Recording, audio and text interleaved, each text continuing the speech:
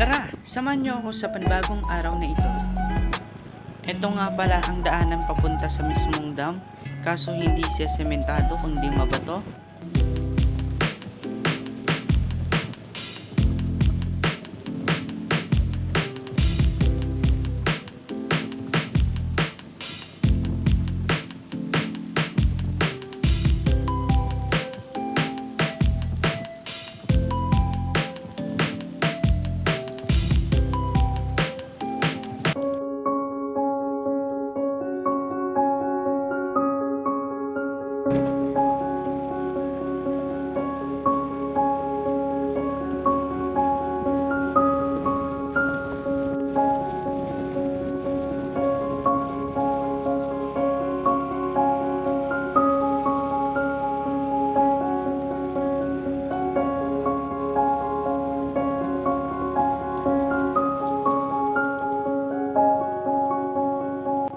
Akitin lang natin ang mismong daanan hanggang sa makarating tayo sa mismong view ng dam.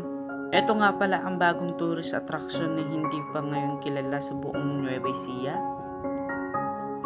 Kaya ako pumunta dito para itur ko kayo sa panibagong attraction dito sa Lupao. Ito nga pala yung iconic signage ng Balbalongo Dam with marker. Oo nga pala, itong dam dito sa Lupao ay ipinagawa ni President Ferdinand R. Marcos Jr. bilang isang irrigation ng mga magsasaka dito.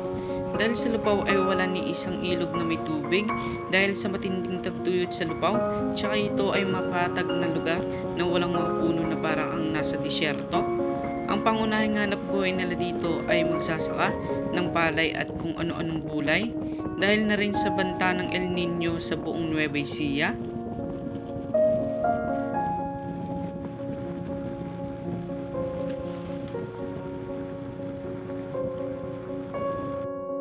Pwedeng-pwede kayo dito mag-relaxing at bumisita.